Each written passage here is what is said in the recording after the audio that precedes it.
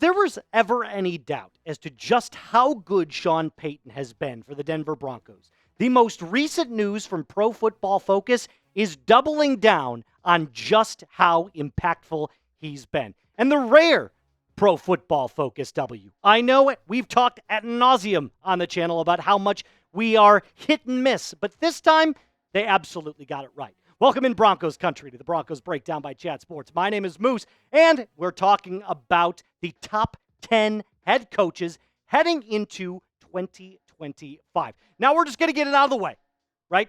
You're anticipating it.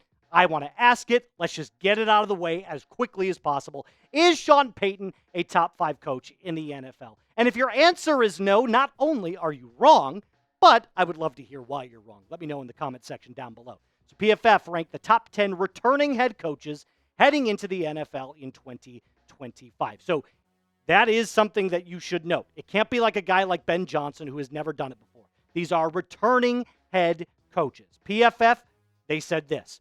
Payton inherited a disaster in Denver in 2023. Boy, is that the understatement of the century.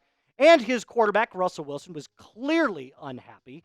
After a 1-5 start, Payton rallied the team, being a strong defensive, behind a strong defensive line, to win 7 of their final 11 games. Wilson was jettisoned, and the Broncos selected their new quarterback, Bo Nix, in 2024. Hallelujah! Payton and Nix turned out to be a match made in heaven. Love that. Giving Broncos a vision of Payton renewing the success he cultivated for so long with Drew Brees in New Orleans. So let's just go through the list, shall we? Because I'm sure you're wondering where he falls after such high praise. Andy Reid is the only one that comes in ahead of him. Number 2, the man in the blue and the orange. And look, I got to say, there's going to be a lot of people, especially people outside of the Broncos community and Broncos country, that are like, there is no way with his record as the Broncos head coach that he should be that high on the list. But I'm here to prove to you today that not only is that a perfect spot for him, but he has backed it up based off of what he has inherited. So I've got an underrated stat that's going to help back this whole claim up. I really do. And before I get to that stat, let's talk a little bit more about what the article goes on to say about Sean Payton. They go on to talk about Denver's defense and how it was unbelievably strong, and it ranked number 1 in sacks in 2024 with 63. But Bo Nix's excellent 1.8% turnover-worthy play rate perfectly represented a team that didn't beat itself. The Broncos lost only 2 games all season by more than 1 score, which, to be more specific, was to Baltimore and then the Buffalo Bills. Denver has only added more talent this offseason and should continue to contend when its elite head coach, or with its elite head coach leading the way. So let's talk about that turnover-worthy play statistic. This is button-up football, guys. No mistakes allowed. This is no nonsense. This is Sean Payton telling you, I have an old-school way of doing things. Bo Nix was not allowed to make mistakes because he was so prepared heading into the 2024 season. And I get it. The rookie growing pains, they happen to almost every single quarterback outside of Jaden Daniels. This statistic proves that the Broncos do things the right way. And that is a testament to Sean Payton. So let's just call it what it is. Shock. Bo Nix is good, right? But also kind of shocking is that they're a great head coach quarterback duo. And the time that Sean Payton has spent in Denver, while it might not look elite on paper, you have to remember what he had when he came in. Russell Wilson on a terrible contract, a defense that was probably the worst in the entire league, and a disaster of a head coaching performance previously from Nathaniel Hackett. So you had chaos in the locker room. You had a quarterback that was a complete dumpster fire after he left Seattle, and a defense that had no idea what it was doing.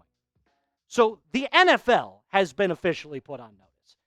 Based off of where Sean Payton took over to where the Broncos are at now, you cannot convince me that he's not worth that second spot on this list. It would be insane to think anybody else had that either way or otherwise. Sean McVay is probably the closest that you can get considering he's got a Super Bowl win. And I get it. All of the haters are going to say, well, he only went to the playoffs once so far as the Broncos head coach. But it's a literal, from the bottom, now we're here story.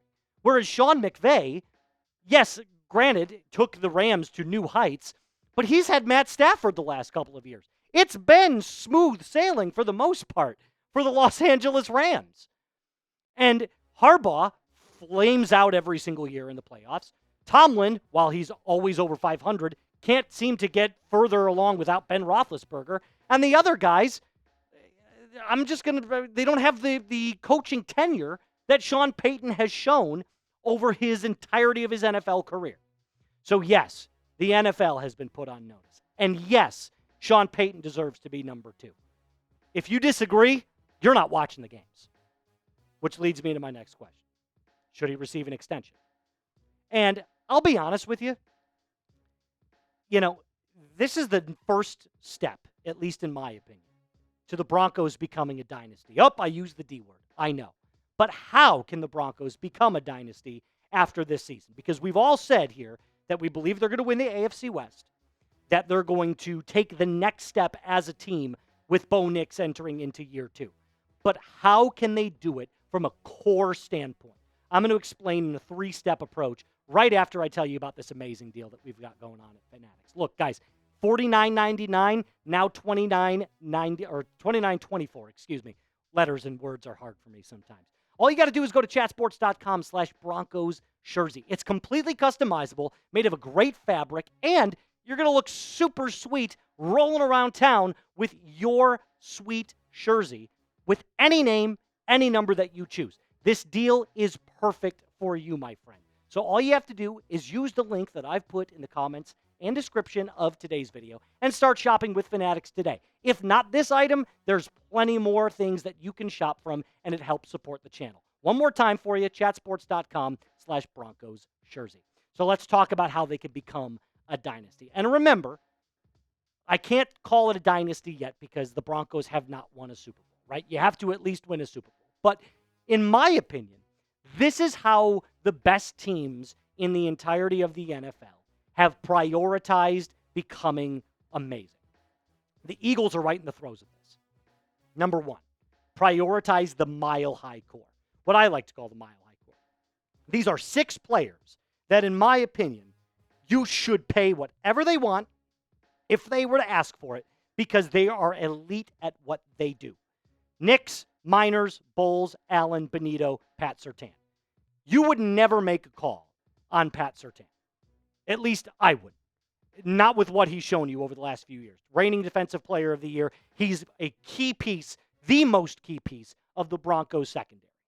So these are the players that I want to build around. The players that I believe are the core 6 that you can keep and, kind of rotate around for the next few years before they exit out of their prime. Everyone else can be a complement to their specific skill sets, which leads me into my second one.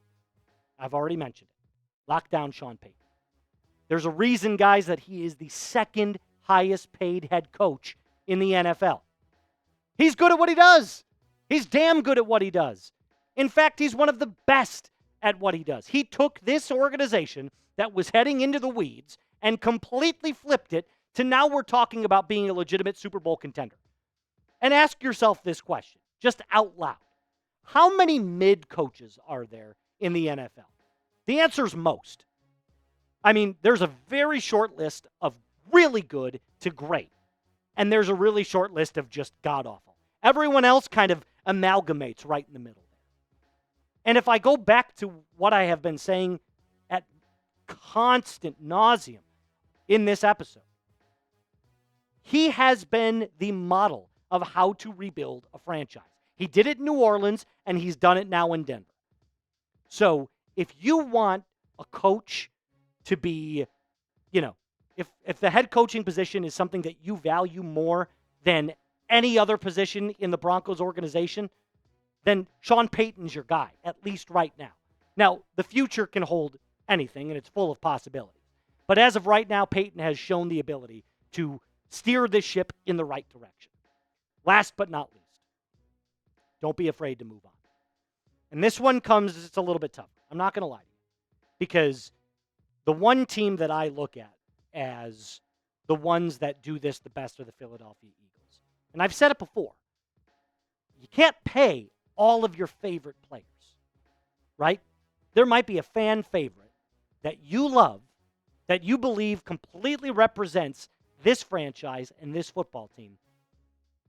But are they worth the amount that they're asking for? I'll give you the perfect example. John Franklin Myers had an unbelievable 2024 season. Got to the quarterback, stopped the run, had one of the best seasons of his career. But he wants too much. And the fact is, sometimes you got to move on from guys. Howie Roseman does this better than anyone. He gathers the talent, puts the best product on the field, and then when those players that won the Super Bowl or made it far enough to the NFC Championship game and beyond, when they want their money and Roseman doesn't believe that they're a key piece to that team, he says, explore the market. Milton Williams did this. Signed with the Patriots, $106 million contract.